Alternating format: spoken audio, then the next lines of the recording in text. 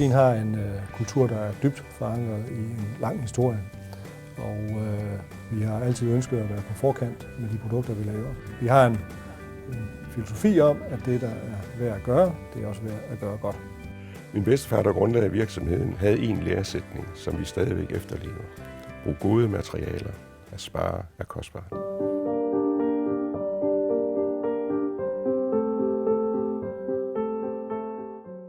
The Fertin story begins in 1915.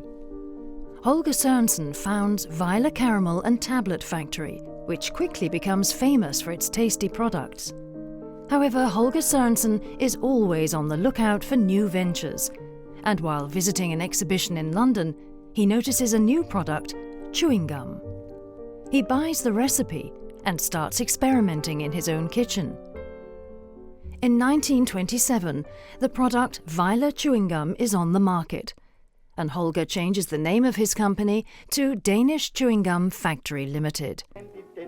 10 years later, Holger Sørensen introduces a new brand, Dandy, under which name the products are sold for export.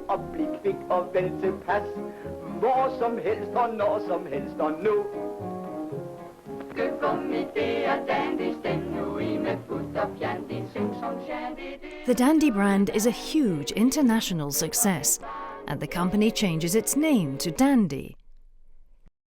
In the mid-50s, Holger's son, Erik Bagger Sørensen, who has taken over management, decides that the company needs another leg to stand on.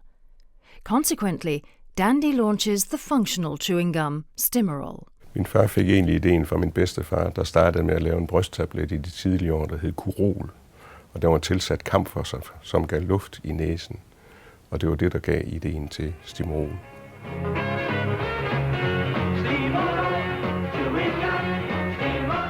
In 1977, the Dandy Group buys a small Swedish company, Fertin Limited, to whom Dandy had sold chewing gum tablets. Fertin becomes a member of the Dandy Group, primarily developing medicated chewing gum. In the beginning, there is a lot of experimenting in the small company. Fertin bestod af en salgschef og en sekretær, og de skulle sælge medicinske og pseudomedicinske produkter. Og vi havde registreret nogle navne, der var Dr. Headache og Dr. Throat, og det var håbløst naivt med den viden, vi har i dag, for de havde slet ikke kompetencerne til det. Vi havde også et andet produkt, det hed Tapmint. Det var et anti-tobakstyggegummi, som gav en dårlig smag, når man røg bagefter, man havde tygget det her tyggegummi, og det blev aldrig nogen succes.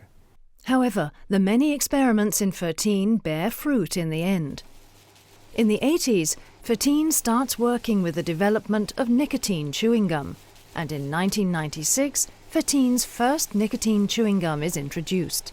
This new venture is a turning point for Fertin, and in 1997, the well-known and successful V6 brand is transferred from Fertin to Dandy. From this point on, Fertin only manufactures medicated chewing gum. In 2000, Fertin revolutionizes the chewing gum industry, introducing the world's first coated nicotine chewing gum. This is the beginning of tasty nicotine chewing gum. Only 2 years later, the famous brands Stimorol, V6 and Dandy are sold.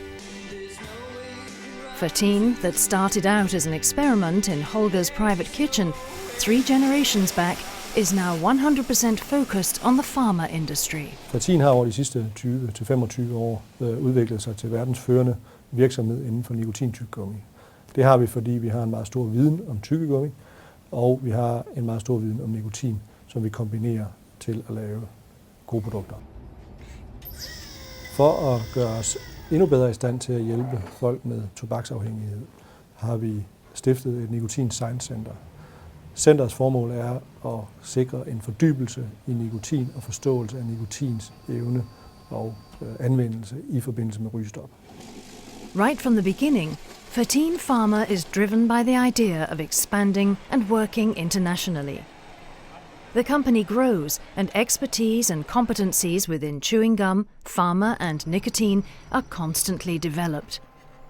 At the same time, Fertin Pharma enters into successful B2B collaboration with global pharmaceutical partners, creating a unique platform for success. Fertins historie bygger på en snart 100-årig tradition for stærk innovation. Vi laver innovation hver dag for hele tiden at udvikle virksomheden, så vi er i stand til at levere bedre produkter. Der er i dag ca. 1,1 milliard tobaksbrugere i verden. Det er dem, Fertin gerne vil hjælpe. Det DNA, min farfar har givet videre, er nok, at han var interesseret i alt nyt. Og det er også det, vi er. Vi prøver på at finde et område, hvor vi hele tiden er mere konkurrencedygtige end andre. Det var et fantastisk eventyr, min farfar startede. Et eventyr, som hele tiden har udviklet sig i mange nye retninger. Og det vil det sikkert også gøre i fremtiden. Men det vil næste generation tage sig af. Tyggegummi er vores arv, men vores fremtid, det er pharma. Og på sigt, der ser jeg mange andre aktive stoffer i vores tyggegummi end nikotin. Ligeså vel som vi skal bruge nikotin i andet end tyggegummi. Muligvis også til andre formål end rygeafvænning. Så jeg synes, vi har rigtig mange og spændende muligheder foran os.